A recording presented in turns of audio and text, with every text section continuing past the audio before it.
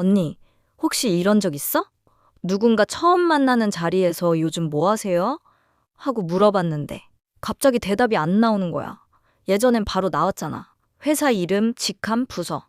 그게 곧 나였으니까. 근데 그게 없어진 순간 입이 딱 막히는 거지.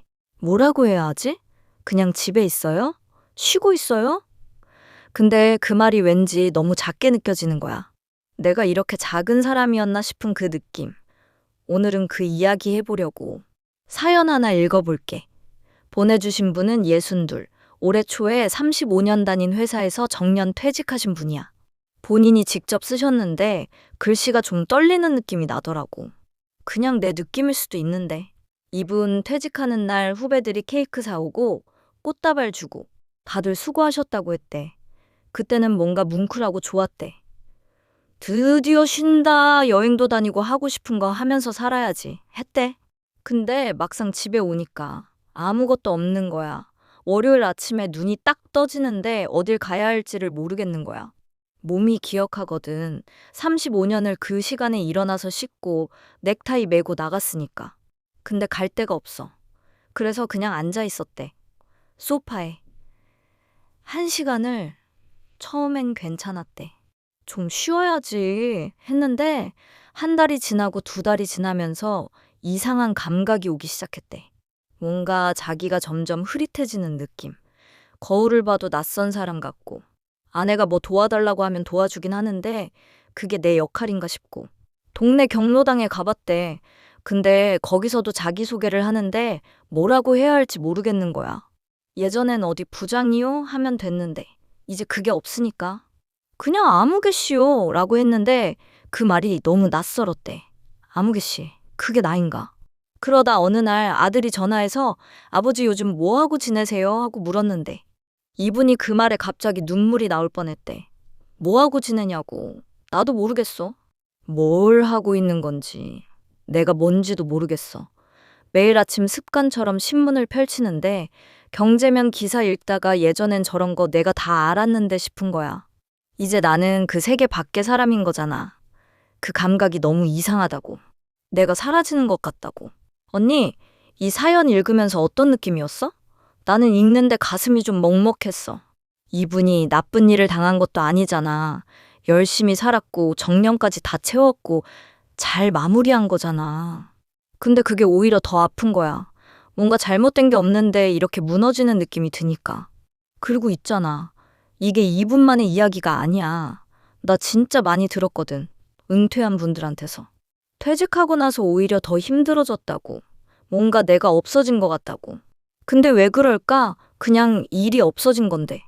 왜 내가 없어진 것 같은 느낌이 드는 걸까? 솔직하게 얘기해 볼게. 우리가 나를 소개할 때 뭐라고 해? 어디 다니는 누구요? 무슨 일 하는 누구요? 그렇지 않아? 이름보다 직함이 먼저 나오는 경우도 많잖아. 명함에 이름보다 직위가 더 크게 찍혀 있고, 이게 그냥 문화적인 습관인 것 같지만 사실 이게 우리 안에 훨씬 깊이 박혀 있어. 심리학자들이 이걸 연구했는데 사람은 자기가 맡은 역할을 그냥 하는 게 아니라 그 역할이 곧 자기 자신이 된대. 나는 부장이다. 나는 이 팀의 리더다. 나는 이 회사 사람이다. 이게 그냥 직업 설명이 아니라 내가 누구인가에 대한 대답이 되는 거야. 그러니까 그 역할이 사라지면 어떻게 되겠어? 역할만 사라지는 게 아니라 그 역할로 이루어진 나의 일부가 같이 사라지는 거야. 문자 그대로. 이분이 거울을 보면서 낯선 사람 같다고 한 거, 그게 과장이 아니야. 진짜로 그런 거야. 잠깐, 이거 중요해. 35년이야. 35년 동안 매일 아침 그 역할로 살았어. 어떤 기준으로 행동해야 하는지, 어떻게 하면 잘하는 건지, 주변에서 날 어떻게 봐주는지, 이게 다 그 역할 안에서 돌아갔거든. 근데 그게 한 번에 다 꺼지는 거야. 기준도, 인정도, 수행도, 전부. 이게 얼마나 큰 충격인지 뇌 입장에서 생각해봐. 우리 뇌는 두 가지 모드가 있어. 하나는 뭔가를 하고 있을 때 켜지는 모드. 일하고 판단하고 결정하는 모드. 또 하나는 아무것도 안 하고 있을 때 켜지는 모드. 멍하니 있거나 과거를 돌아보거나 나 자신에 대해 생각하는 모드. 출근하는 동안은 첫 번째 모드가 계속 켜져 있었어. 그게 두 번째 모드를 눌러줬거든. 근데 은퇴하면 첫 번째 모드를 켜줄 게 없어. 그러면 두 번째 모드가 과하게 돌아가기 시작해. 그리고 그 모드에서 뇌가 하는 일이 뭐냐면 나는 누구인가? 내 인생은 어땠나? 내가 잘 살았나? 이런 질문들을 계속 돌리는 거야. 그러니까 소파에 앉아서 1시간 동안 멍하니 있었던 게 게으른 게 아니야. 뇌가 갑자기 엄청난 질문들 앞에 던져진 거야. 어디서부터 시작해야 할지도 모른 채로. 근데 있잖아. 여기서 나 좀 솔직하게 얘기해야 할 것 같아. 이게 다 환경 탓이고 어쩔 수 없는 거냐 하면 그건 아니거든. 반은 맞고 반은 아니야. 우리가 일과 자기 자신을 이렇게 깊이 연결하게 된 건 단순히 개인의 문제가 아니야. 한국이 빠르게 성장하던 시대에 열심히 일하는 게 곧 좋은 사람이라는 메시지를 수십 년 동안 받아온 거잖아. 야근하면 성실한 사람, 승진하면 대단한 사람. 그 시대를 살아온 분들한테 일이 정체성의 전부가 된 건 어쩌면 당연한 거야. 그 시대가 그렇게 가르쳤으니까. 그 부분은 진짜야. 억울한 것도 맞아. 근데 그렇다고 지금 이 상황에서 그냥 앉아서 억울해하고만 있으면 그건 언니 손해야. 환경이 만들어준 문제라도 이제 거기서 나와야 하는 건 결국 언니 본인이거든. 아무도 대신 해줄 수 없어. 그리고 진짜 솔직하게 말하면 이 공허함이 찾아온 건 어느 날 갑자기 생긴 게 아니야. 퇴직하기 훨씬 전부터 나 자신이 일 말고 뭔지에 대해 생각해 본 적이 별로 없었던 거야. 일 말고의 나는 뭘 좋아하는지, 뭘 할 때 살아있는 느낌인지. 그걸 생각할 틈이 없었다고 할 수도 있지. 근데 솔직히는 그 질문이 불편해서 피해온 것도 있어.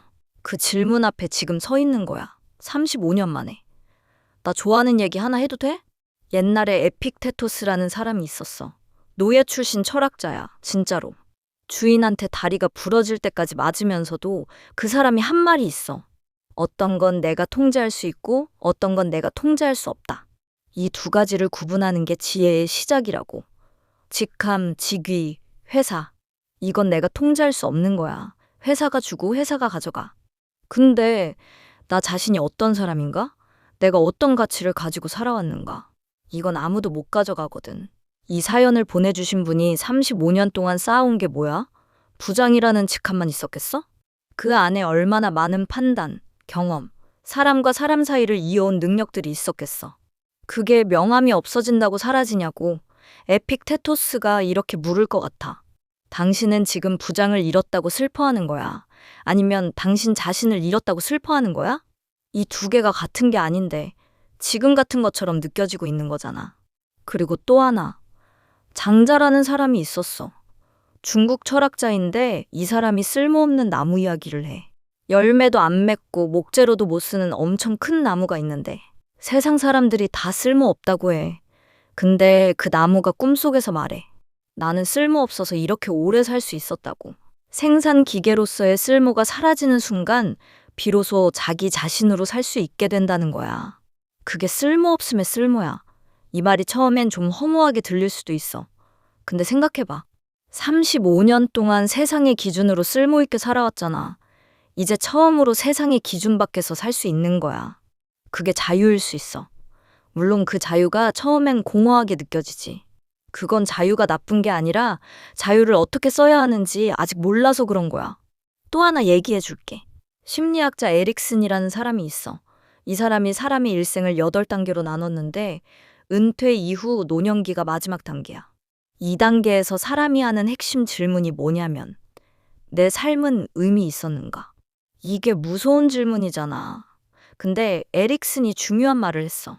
이 단계에서 통합과 절망이 번갈아 온다고. 어떤 날은 내 삶이 괜찮았다 싶고 어떤 날은 다 후회스럽고 무너지는 것 같고 그게 정상이래. 그게 이 시기의 과제래. 그러니까 지금 무너지는 것 같은 느낌이 드는 게 실패가 아니야. 이 질문 앞에 제대로 서 있는 거야. 그리고 에릭슨이 연구를 통해 발견한 게 있어. 이 마지막 단계를 잘 통과하는 사람들의 공통점이 뭐냐면 그 이전에 얼마나 다음 세대를 위한 무언가를 만들었냐는 거야. 자식을 잘 키웠다거나 후배를 가르쳤다거나 뭔가를 남겼다거나. 그게 있는 사람들이 지금 2단계에서 덜 흔들려. 이 사연 보내주신 분 35년 동안 일하면서 분명히 그런 게 있을 거야. 후배한테 뭔가 가르쳐 준 적 있을 거야. 팀을 이끌면서 누군가의 성장에 기여한 적 있을 거야. 그게 다 사라진 게 아니야. 그 사람들 안에 남아있어. 혹시 언니도 이런 적 있어? 20살에 대학교 입학하고 나서 갑자기 내가 뭘 좋아하는지 모르겠는 거야. 고등학교 때는 공부만 하면 됐는데 그 목표가 사라지니까 갑자기 내가 텅 빈 것 같은 느낌. 그것도 같은 거야. 아이를 다 키우고 나서 막내가 대학 가고 나서 갑자기 집이 너무 조용한 거야. 엄마라는 역할로 20년을 살았는데 그 역할이 달라지니까 내가 누구인지 모르겠는 거야. 그것도 같은 거야. 오래 다니던 가게를 정리하고 나서 매일 문 열고 닫고 손님 맞이하던 게 없어지니까 아침에 눈 뜨면 어디로 가야 할지 모르는 그 감각. 그것도 같은 거야. 이게 나이의 문제가 아니야. 내가 강하게 동일시하던 역할이 사라지는 순간 누구나 겪는 거야. 그 역할이 클수록 오래될수록 더 크게 느껴지는 거고. 그럼 어떻게 하면 좋을까? 나 처방전 내리는 거 싫어하거든. 이렇게 하면 돼요, 이런 거. 그래서 그냥 같이 생각해보자. 첫 번째로 해볼 수 있는 게 있어. 내 이야기를 써보는 거야. 일기 같은 거. 근데 그냥 오늘 뭐 했다. 이런 게 아니라 내가 살아온 이야기를 쓰는 거야. 나는 언제 가장 살아있는 느낌이었나? 어떤 순간에 내가 잘하고 있다는 걸 알았나? 어떤 사람들이 내 삶에 남아있나? 이게 왜 도움이 되냐면 지금 뇌가 멍하니 과거를 돌아보는 모드로 과하게 돌아가고 있잖아. 그걸 그냥 두면 부정적인 방향으로 흘러가기 쉬워. 근데 그 에너지를 글로 붙잡아 두면 그 반추가 의미 있는 회고가 돼. 내 삶이 어떤 이야기였는지 스스로 정리하는 거야. 실제로 이런 작업을 한 어르신들이 심리적으로 훨씬 안정됐다는 연구도 있어. 이야기를 쓰는 게 자기 자신을 다시 만나는 방법이 되는 거야. 두 번째, 새로운 소속을 찾아봐. 근데 이게 말처럼 쉽지 않다는 거 알아. 경로당 가서 아무 개시오 하는 게 낯설었다는 거잖아. 그 낯설미 당연해. 처음엔 다 그래. 근데 심리학적으로 보면 우리 자아가 역할만으로 이루어진 게 아니라 소속 집단으로도 이루어지거든. 나는 이 사람들 중 한 명이다. 이게 자아를 지탱해주는 또 다른 축이야. 일이라는 소속이 사라졌으면 다른 소속이 필요해. 그게 동호회든 봉사든 종교 공동체든 뭐든. 처음엔 억지로 나가야 할 수도 있어. 재미없어도. 근데 그 불편함을 조금만 버티면 거기서 나를 알아봐주는 사람이 생기기 시작해. 그게 생기면 달라져. 세 번째. 이건 좀 깊은 얘기인데. 일 말고 내가 뭘 좋아하는지 지금부터 실험해보는 거야. 좋아하는지 모르겠으면 일단 해보는 거야. 뭔가를 배워보거나 오래 하고 싶었는데 못했던 걸 해보거나. 이게 왜 중요하냐면 뇌가 새로운 보상을 찾아야 하거든. 일할 때는 작은 성취들이 계속 도파민을 줬잖아. 회의 잘 됐다. 보고서 완성됐다. 팀장한테 칭찬받았다. 그 리듬이 사라지면 뇌가 무기력해져. 그 빈자리를 채워줄 새로운 뭔가가 필요해. 근데 이게 거창한 게 아니어도 돼. 동네 산책하면서 사진 찍는 거, 요리 하나 새로 배우는 거, 손주한테 뭔가 가르쳐 주는 거, 뭐든 내가 뭔가를 하고 있다는 느낌. 그리고 그게 조금씩 나아지고 있다는 느낌. 그게 있으면 달라져. 공자가 자기 인생을 돌아보면서 한 말이 있어. 나는 15에 배움의 뜻을 뒀고 30에 섰으며 40에 흔들리지 않았고 50에 하늘의 뜻을 알았으며 60에 귀가 순해졌고 70에 마음 가는 대로 해도 어긋나지 않았다. 이분이 62이잖아. 공자 기준으로 귀가 순해지는 때야. 이제 세상의 소리를 있는 그대로 듣기 시작하는 때. 더 이상 증명하지 않아도 되는 때. 유교 전통에서 노년은 생산력이 끝나는 시기가 아니야. 지혜가 완성되는 시기야.